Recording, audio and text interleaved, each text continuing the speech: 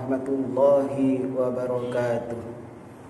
Bismillah walhamdulillah wala haula wala quwata illa billah. Wassalatu wassalamu ala rasulillah Sayyidina Muhammad ibn Abdullah wa ala alihi wa sahbihi wa mawala, amma ba'du.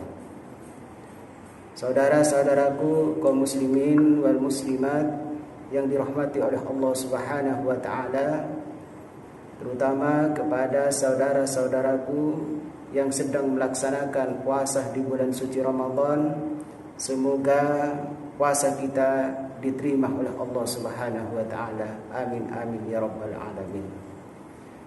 Ada beberapa hal yang disunnahkan bagi orang yang melakukan puasa di bulan suci Ramadan.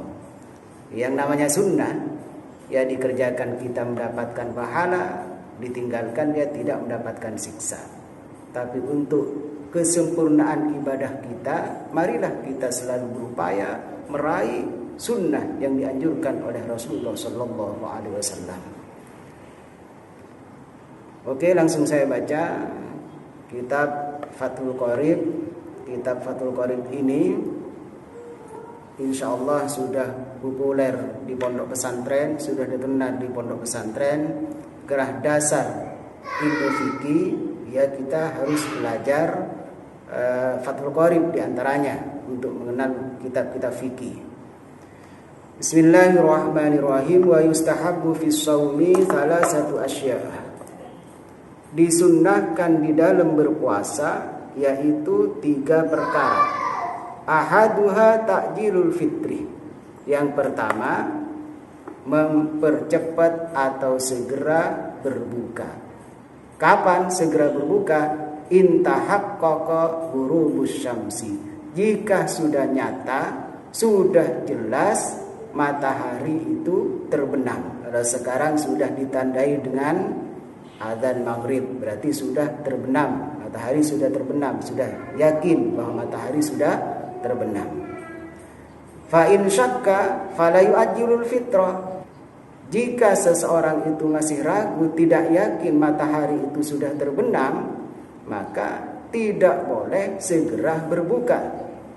Kalau hanya saja berdasarkan dugaan, tidak yakin, maka jangan segera berbuka. Kalau tetap berbuka hanya berdasarkan dugaan saja, maka hukumnya adalah haram. Fala yu'akhir. Wa yusannu ayuftira ala tamrin wa illa fama'in. Dan disunnahkan ketika berbuka itu pertama kali berbuka adalah kurma. Jika tidak ada kurma, maka harus air. Itu sunnah. Kalau tidak ada kurma, tidak ada air, maka upayakan makan yang manis-manis, berbuka yang manis-manis. Diupayakan yang pertama kali itu bukan pengaruh dari api.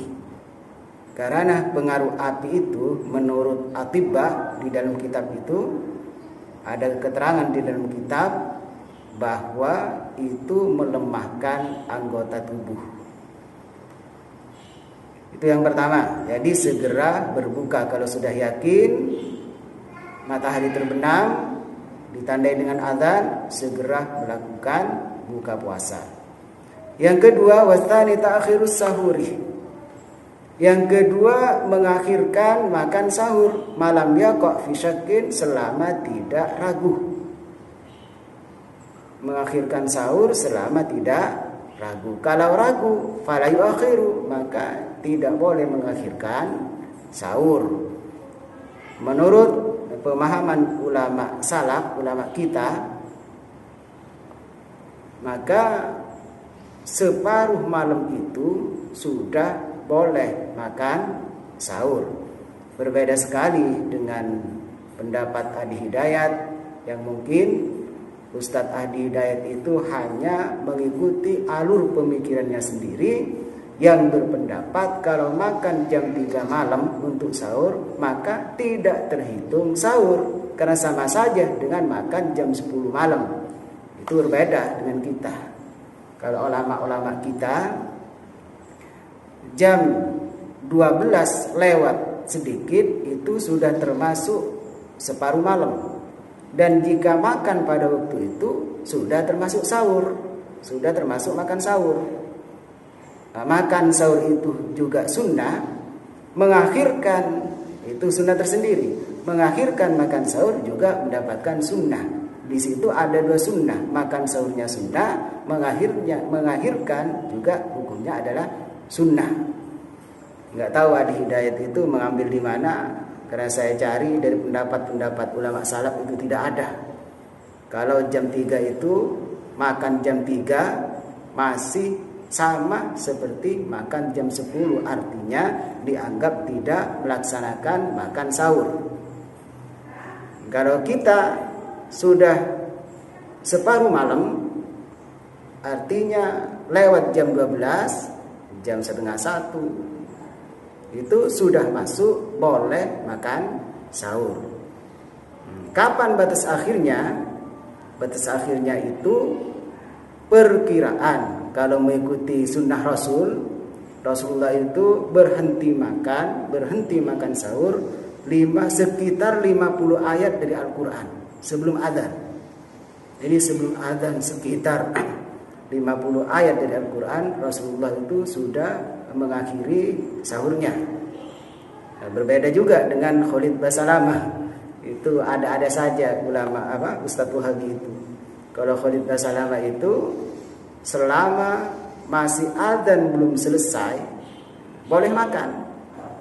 Akhirnya yang paling terakhir itu berhenti makan, adzan itu selesai. Kalau menurut Ustadz Khalid Basalamah. Enggak tahu juga itu mengambil di mana. Ya mungkin pemikirannya sendiri. Kalau masalah pemikiran sendiri saya juga bisa dong. Kalau masalah berpikir menurut pendapat saya sendiri. Di Al-Quran tidak begitu. Di hadis juga tidak ada begitu. Itu keliru pemahamannya Ustaz Khalid Basalamah itu. Jelas keliru dari beberapa pendapat para ulama. Wa yahsulus sahuru biqalilil akli wasyurbi. Makan sahur itu bisa dihasilkan dengan makan sedikit atau minum sedikit untuk mendapatkan kesunahan. Misalnya jam 1 sudah makan, sebelum adzan subuh untuk mendapatkan kesunahan jam 3:30 dia minum atau makan sedikit, itu tetap mendapatkan kesunahan mengakhirkan sahur atau kesunahan puasa di dalam mengakhirkan makan sahur. Wa tsalitsu tarkul hajri. Sunnah yang ketiga adalah meninggalkan perkataan yang kotor. Ai al-fushi minal kalami al-fahishi. Meninggalkan perkataan yang kotor. Fayasunus shaimu lisanahu. Maka orang yang berpuasa seharusnya harus menjaga lisannya, harus memelihara lisannya. Dari apa? Anil kadhibi, dari perkataan yang bohong, wal ghaibati, dan juga ghaibah, wa nahwi dzalika, dan hal-hal yang lain. Artinya orang berpuasa itu harus benar-benar menjaga lisannya, memelihara lisannya agar tidak berkata dusta, agar tidak berghaibah, agar tidak memfitnah. Kasyatami, seperti mencaci maki. Jangan sampai orang yang berpuasa di bulan suci Ramadan itu masih mencaci maki orang lain. Wa in syatamahu ahadun, jika ada seseorang mencaci maki orang yang berpuasa, kita mendengar ada orang yang mencaci maki orang yang berpuasa atau mencaci maki kita, falyakul marrataini, maka orang yang berpuasa itu mengucapkan 2 kali, au salasan, atau 3 kali. Apa yang diucapkan? Inni shaimun, inni shaimun, bahwa sesungguhnya saya adalah orang yang berpuasa. Imma bilisanihi, bisa mengucapkan secara lisan dengan diucapkan inni shaimun, inni shaimun, inni shaimun. Ini menurut pendapat Imam Nawawi, kama qala Nawawi. Jadi harus diucapkan secara lisan. Kenapa diucapkan secara lisan? Apa hikmahnya? Agar orang yang mencaci maki itu bisa sadar, sekaligus itu merupakan nasihat kepada orang yang mencaci maki agar dirinya ingat bahwa dirinya sedang melakukan puasa di bulan suci Ramadan. Au biqalbihi, itu Imam Nawawi mengambil dan kitab Adkar. Au biqalbihi, atau cukup mengucapkan di dalam hatinya, kama qala Ar-Rafi'i, sebagaimana yang dinukil oleh Imam Ar-Rafi'i. Imam Ar-Rafi'i itu menukil dari para imam anil a'immati waqtasara alaihi. Jadi kalau menurut Imam Nawawi, ada orang yang mencaci maki orang yang berpuasa, maka cukup di dalam hatinya. Habi qalbihi, mengucapkan inni shaimun, inni shaimun, inni shaimun. Apa tujuannya? Agar hati itu tetap menjadi tenang. Itulah saudara-saudaraku hal-hal yang disunnahkan di dalam berpuasa. Saya ulang lagi, ada 3 hal, ada 3 perkara yang disunnahkan bagi orang yang berpuasa. 1, segera berbuka jika sudah yakin matahari itu terbenam. Yang ketiga, mengakhirkan makan sahur, tapi jangan sampai adzan. Kalau adzan subuh harus berhenti. Kalau maksa tetap makan, maka puasanya tetap batal. Yang ketiga, meninggalkan perkataan yang kotor. Mungkin ini yang dapat saya sampaikan. Semoga ada barokah dan manfaat bagi kita, sehingga kita selalu melaksanakan sunnah-sunnah yang akhirnya mendapatkan pahala yang begitu besar dari Allah Subhanahu wa taala. Sekian, terima kasih. Akhiran, assalamualaikum warahmatullahi wabarakatuh.